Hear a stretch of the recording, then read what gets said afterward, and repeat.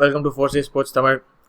நம்ம எல்எஸ்ஜி மேட்சை முடிச்சுட்டு இங்கே வந்திருக்கோம். எல்எஸ்ஜி மேட்ச்னால் லக்னோவில் போயிட்டு சூப்பராக ஒரு ஸ்கோரை போட்டுட்டு சூப்பராக அவங்க வந்து வித்தவுட் பிரேக்கிங் ஸ்வெட் அதை அப்படியே ஸ்மூத்தாக சேஸ் பண்ணி முடிச்சுட்டு நம்ம இங்கே வந்திருக்கோம். பெயினே இல்லைன்ற மாதிரி ஆடிட்டு முடிச்சுட்டு போயிட்டாங்க அவங்க. கேஎல் ராகுல் நம்மளோடனா ஒண்டி சிஎஸ்கேவோடனா ஒண்டி செம்ம அடின்னு தாண்டி சூப்பர் ஸ்ட்ரைக் ரேட்ல.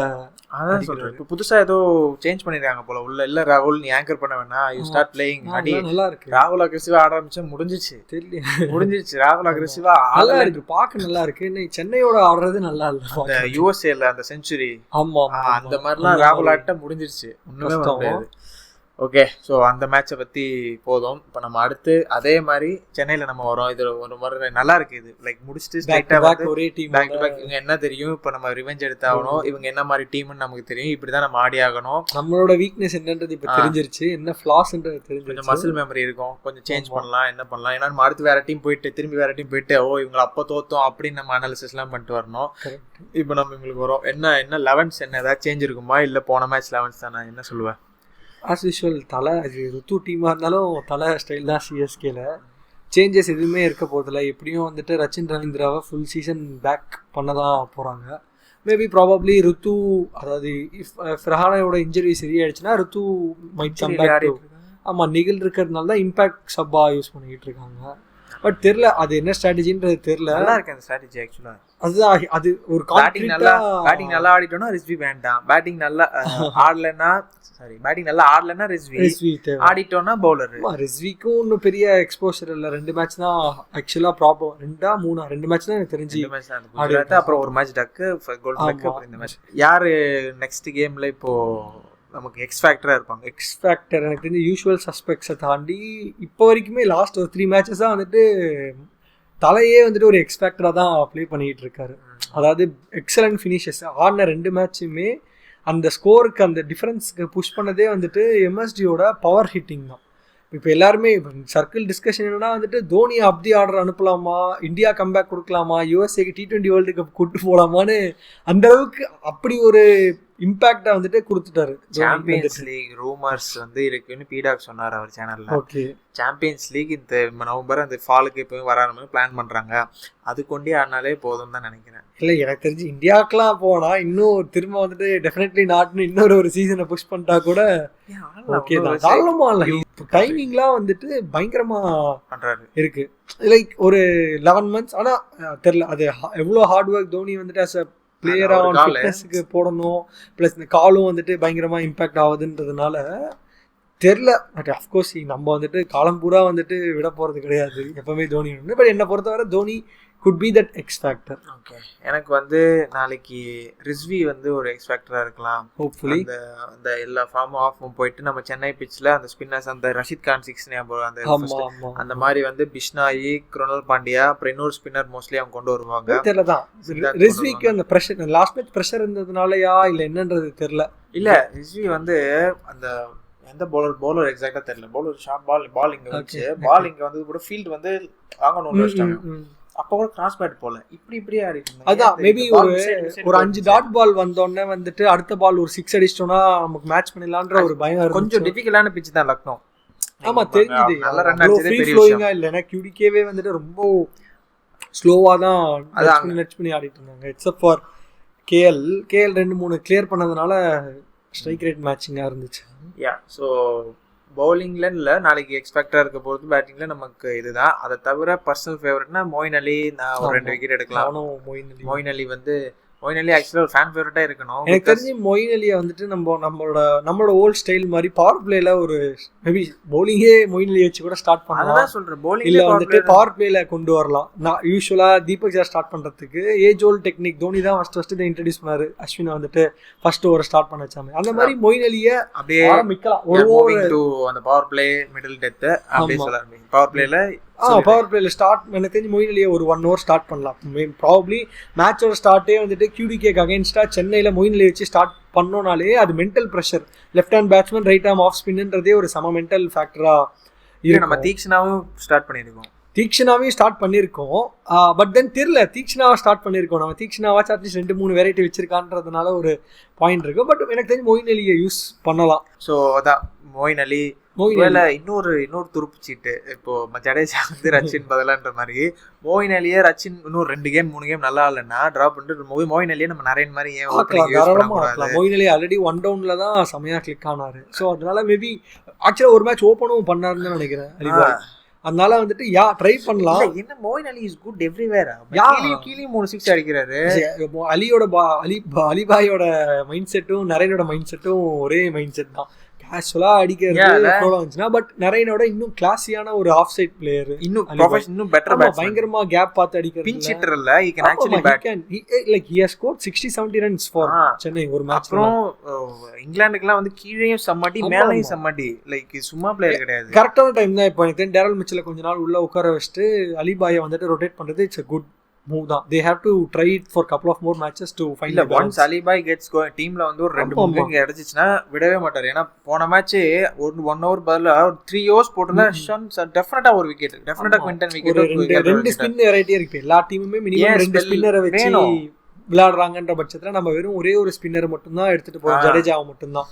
ஓகே, அந்த பாயிண்ட்ல அலின்னு ஒரு ஆப்ஷன் இருந்துச்சுன்னா that's going to play handy for us. Power பிளேல அலி எனக்கு தெரிஞ்சு இந்த 3 overs 40 runsலாம் வந்துட்டு கன்சிஸ்டண்டா கொடுக்குற ஆளும் கிடையாது. மேக்ஸிமம் 7.3ல வச்சுக்கிற 3 overs 27 runs மேக்ஸிமம். அதான் அந்த மாதிரி ஒரு பவுலரை கண்டிப்பா ட்ரை பண்ணணும். இப்போ பேட்டிங்லயும் நாளைக்கு வந்து இவங்க 3 பேர் வந்து அந்த லெஃப்ட் ஹேமரோட ஆப்வியஸா ஒரு வீக்னஸ், இந்த ஸ்பின் பவுலிங், இந்த ருத்துக்கு இந்த வீக்னஸ், நெக்ஸ்ட் மேட்ச் அதை கொஞ்சம் கரெக்ட் பண்ணும். ஓப்பனிங்ல பவுலிங் நல்லா இருக்கும் பவர் பிளேல. ஆமா, எல்லாமே அன்கேப் பிளேயர்ஸ் தான் இருக்காங்க. பட் எல்லாருமே நறுக்குன்னு வந்து மயங்க் யாதவ் வேற வருவாங்கன்னு சொல்லிட்டு ஆமா அவர் இன்டர்வியூ சொன்னார். அவர் கோச் ஆண்டி பிளேயர் வந்து அந்த இன்டர்வியூல ஹோப்ஃபுல்லி நெக்ஸ்ட் மேட்ச் வந்துடலாம்னு இன் மேட்ச் இன்டர்வியூலயே சொன்னாங்க. மயங்க் யாதவ் வந்தா அந்த extra pace might be a very different factor. நம்ம ஆளுங்க வந்து டைம் பண்றதுல கொஞ்சம் மிஸ் ஆகலாம். இல்ல நேத்திக்கே நம்ம அந்த போன இதுலயே வந்து மேட் ஹென்ரியோ எம் சித்தார்த்தோ ஆடுவாங்கன்னு சொன்னோம். Mat Henry ஆடியாச்சு. இட் அதாச்சும் ரொம்ப டிஃபிகல்ட்டா வரல. பட் துபேயோட மேட்ச் பண்றாங்க. மேட் ஹென்ரியும் எம் சித்தார்த்தையும் மயங்க் யாதையும் போட்டா துபே கம்ப்ளீட்டா ஆஃப் பண்ணிடலாம். ஆமா, தாராளமா அந்த ஸ்பீடுக்கு ரஷ் அப்படின்ற ஒரு பாயிண்ட் இருக்கான்னு இப்போ ரொம்பவே கிளியரா எல்லாருமே டூபேக்கு அகேன்ஸ்டா டாக்டிஸா ஸ்பின்னை வேணுட்டே இறக்க மாட்டாங்கன்ற ஒரு பாயிண்ட் இருக்கு. And Dube is also developed skills against pacers.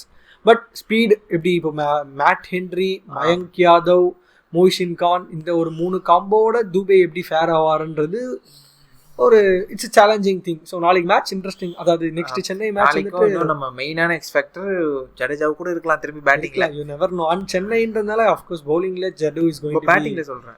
பேட்டிங்ல of course இருக்க போகுது. பேட்டிங்ல எக்ஸ்பெக்டர் அந்த யாருக்கு கேர்ஃபுல்லா இருக்க வேண்டிய ஒரே ஒரு பிளேயர் நிக்கலஸ் பூரன் தான். மிடில் வந்துட்டு டெத்லன்னு இல்லை, எப்பவுமே நிக்கலஸ் பூரனா எவ்வளவு சீக்கிரம் விக்கெட் எடுக்கிறோமோ அவ்வளோ சீக்கிரம் பெட்டர்ன்ற மாதிரி. Because is in a very roaring form. 6 அடிச்சு சும்மா அடிச்சு நோத்திட்டு இருக்காரு. ப்ரெஷரை ஈஸியா ஆப்போனன்ட் மேல தள்ளிடுவாரு. அதான் மிக்கலஸ் பூரன் டெத்து. நம்ம மிடில் ஓவர்ஸ்ல டூபே, நமக்கு மிடில் ஓவர்ஸ் நம்ம தான் ஸ்ட்ராங், பவுலிங்லயும் நம்ம தான் ஸ்ட்ராங், பேட்டிங்லயும் பாய் வந்துட்டார். பாய் வந்தா பவர் பிளேல தான் போடுவார் மொயின் அலி. மிடில் ஓவர்ஸ்ல யார் போடுவார்? ஒரே ஒரு கன்சர்ன் ரச்சின் ரவீந்திரா அண்ட் தீபக் சஹர் அவங்களோட கொஞ்சம் நெக்ஸ்ட் லெவல் பெஸ்ட் கொடுத்துட்டாங்கனாலே போதும். ராகுல்லாம் வந்துட்டு சஹரோட ஸ்விங் ஒரே ஒரு ஸ்விங்கிங் கண்டிஷன்ல ஏதாச்சும் ஒன்று மேஜிக் பண்ணி விட்டாலே முடிஞ்சிடும். ஸோ என்ன சொல்றது, பவர்ல இப்போதைக்கு அவங்க தான், பவுலிங் அவங்க தான், பேட்டிங் அவங்க தான், மிடில் நம்மன்னு சொல்லலாம். ஆமாம், அது கூட குருநாள் இஸ் a குட் ஃபேக்டர். அந்த டெத்தில் ஈக்குவலாக பூரான் அவங்களுக்கு பவுலிங்கும் இல்லை டெத்து நம்ம தான் போல இருக்கு. டெத் பவுலிங் நம்ம பீக்ல இருந்தோம்னா நம்ம தான். டெத் பேட்டிங்கும் பேட்டிங் ஆஃப் கோர்ஸ் நம்ம தான். பவுலிங் வந்துட்டு நம்ம தான். I mean if Pathirana and Fizz clicks Fizz வந்துட்டு ஆன் அண்ட் ஆஃப் ஒரு சைன் வேவ் மாதிரி அவர் திடீர்னு நல்லா போறாரு, திடீர்னு போன மேட்ச் லென்த் எல்லாம் கொஞ்சம் ஒரு மாதிரி பேடா இருந்துச்சு. ஒரு 3 பால் நல்லா போட்டு அதுக்கப்புறம் லெக் சைட்ல ஈஸியா கிளியர் பண்ணி ஒரு ப்ரெஷர். ஆனா தெரியல, போன மேட்ச் இஸ் டிஃபரெண்ட் சினேரியோ. ஏன்னா டோட்டலா அவங்க கண்ட்ரோல்ல இருந்துச்சு, அவங்க நினைச்சபடி வண்டி ஓட்டிட்டு இருந்தாங்க. Time for us to full things. நம்ம லாஸ்ட் மேட்சை ஒரு எக்ஸாம்பிளா மைண்ட்ல வச்சுக்க வேணாம். அப்படி இல்லைன்ற பட்சத்துல அஃப்கோர்ஸ் ஒரு மேட்ச் சரியா இல்ல, ஃபிசன் பத்திரனா நல்லாவே கிளிக் ஆயிருச்சு. ஒரு ஆப்போனன்ஸ் வந்துட்டு ஒரு ஸ்ட்ராட்டஜி கிரியேட், ஒரு ஸ்ட்ராட்டஜியோட தான் வரணுன்ற அளவுக்கு பார் செட் பண்ணலாம். நம்ம போன மேட்ச் பார்க்கவே இல்லை. ஃபிசன் பத்திரனா வர்சஸ் பூரான் அண்ட் ஸ்டாய்னிஸ்ன்றது நம்ம பெருசா பார்க்கவே இல்லை. இல்ல அது இந்த மேட்ச்ல சென்னை மேட்ச்ல தான் தெரியும். ஸோ அண்ட் வந்து யாருக்கு அந்த மேட்சப், எந்த மேட்சப் பார்க்கறதுக்கு நீங்க எக்ஸைட்டடா இருக்க? யார் வர்சஸ் எந்த? மயங்க் யாதவ் வெஸ் சிவம் துபே. மயங்க் யாதவ் ஆடவே இல்லைன்னா அகைன் ஒரு இமேஜினரி கன்க்ளூஷன்றதுனால எனக்கு தெரிஞ்சு, ஏன்னா பிகாஸ் டூ திங்ஸ். ஒருவேளை ஸ்லாட்டில் போட்டோன்னா தூபே வந்துட்டு he might easily clear the ground ஸ்லாட்டில் இருந்துச்சுன்னா. ஷார்ட் பால் போட்டானா தான் எப்படின்றது ஒரு பாயிண்ட்டாக இருக்க போது இஃப் மயங்க் அதை count. And of course mat Henry என்ன எனக்கு தெரில, பர்சனலாகவே வந்துட்டு மேட் ஹென்ரி பார்த்தாலே வந்துட்டு ஒரு நெகட்டிவ் வைப் வரும். பிகாஸ் ஆஃப் 2019 ட்ராமானாலேயே வந்துட்டு மேட் ஹென்ரின்ற ஒரு பேர் எப்போ கேட்டாலும் ஒரு இன்ட்ரெஸ்டே வராது. ஏன்னா is a very very good bowler. ஒரு நல்ல பேஸு, நல்ல அப்படியே ஷேன் பாண்டோட ரெப்ளிகா மாதிரி இருப்பாப்ல Matt Henry. But yeah the have very it's going to be challenging match, நல்லா இருக்க போகுது. அண்ட் அஃப்கோர்ஸ் கம்பேக் சென்னை கொடுக்க போகிறோம், ரிவெஞ்ச் எடுக்கிறோன்றதுனால இன்னும்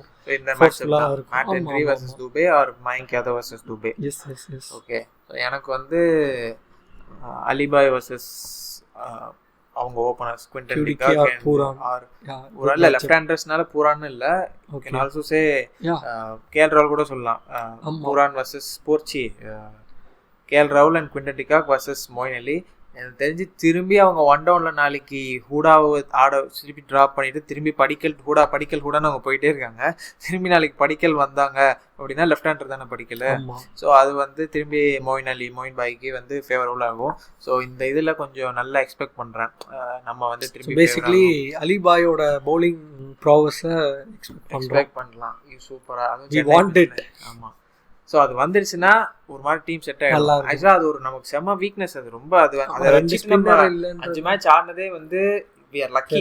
3 மேட்ச் நம்ம 2 மேட்ச் ஜெயிச்சது. பிகாஸ் அதான் ஒரு அவே கோவிங்னா ஒரு இன்கமிங் ஸ்பின்னர் நமக்கு இருந்தே ஆகும். நம்ம வெறும் அந்த 5 பவுலர் ஸ்ட்ராட்டஜி வச்சு ஆடிட்டு இருக்கோம். பிளஸ் அனதர் பவுலர்னு பார்த்தீங்கன்னா ரச்சின் ரவீந்திராவும் வந்துட்டு சேம் லெஃப்ட்ன்றதுனால ஒரு பெரிய வெரைட்டி இல்லை. டேரல் மிச்சலை யூஸ் பண்ணுற அளவுக்கு எஃபெக்டிவ் பிச்சஸும் எனக்கு தெரிஞ்சு இல்லை. ஸ்லோ பிச்சஸில் தான் எனக்கு தெரிஞ்சு டேரல் மிச்சலோட இம்பாக்ட் இருக்கு. போனாலும் ஒரு ரைட் ஆம் மொயின் அலி கான்ல ஒரு ப்ரொஃபைல் தேவை, ஒரு ஆப்ஷன் ஒரு வெரைட்டி இருக்கிறது பெட்டர். ஏன்னா டேரல் மிச்சல் ஸ்டைல்ல நமக்கு சிவன் துபே கூட he can Pavul the slow cutters போட்டுட்டு தான் இருந்தாரு. அண்ட் இப்போ எக்ஸ்பெக்ட் பண்றாங்கன்ற மாதிரி ஒரு சர்க்கிள் வந்துச்சு. லைக் இஃப் துபே வந்துட்டு T20 வேர்ல்டு கப் காணணும்னா he has to groom for bowling a little bit. ஏன்னா அவங்க பாண்டியாவையே கொஸ்டின் மார்க்கா கன்சிடர் பண்றாங்க.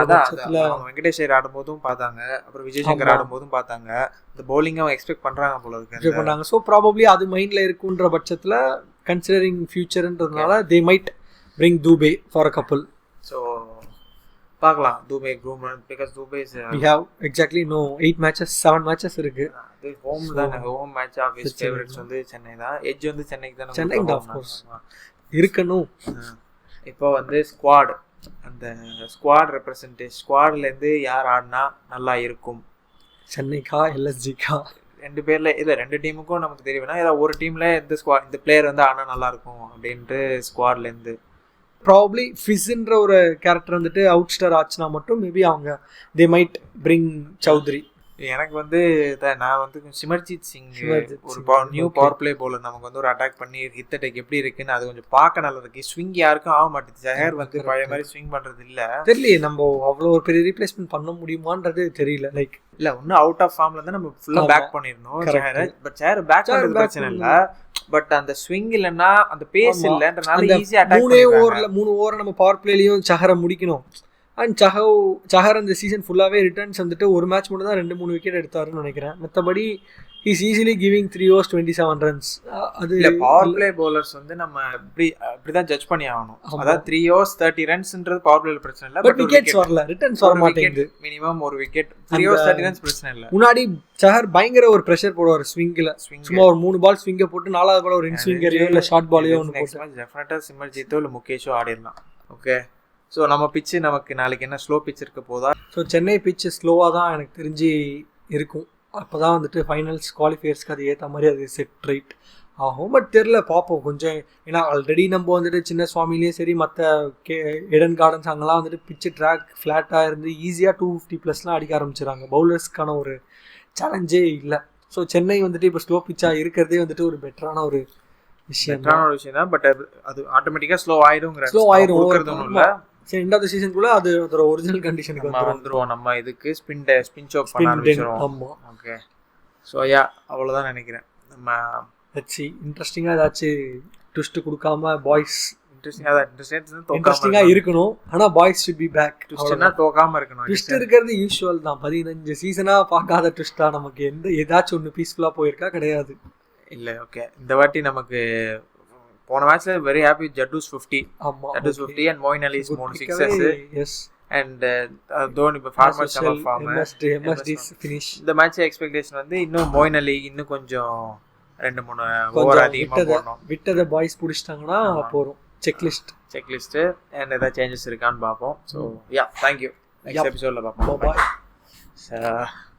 இது வேற வரலடா. கட் பண்ணிக்கோ அந்த சவுண்ட மட்டும். ஓகே, நல்ல மியூசிக் வேணா ஓவர்லே பண்ணிக்கோ. நல்லாவும் இருக்கும். கில்லி ரீல்ஸ் பெரிய சொல்லிருக்கலாம். நீ அதை 2 நிமிஷம் முன்னாடி சொல்லி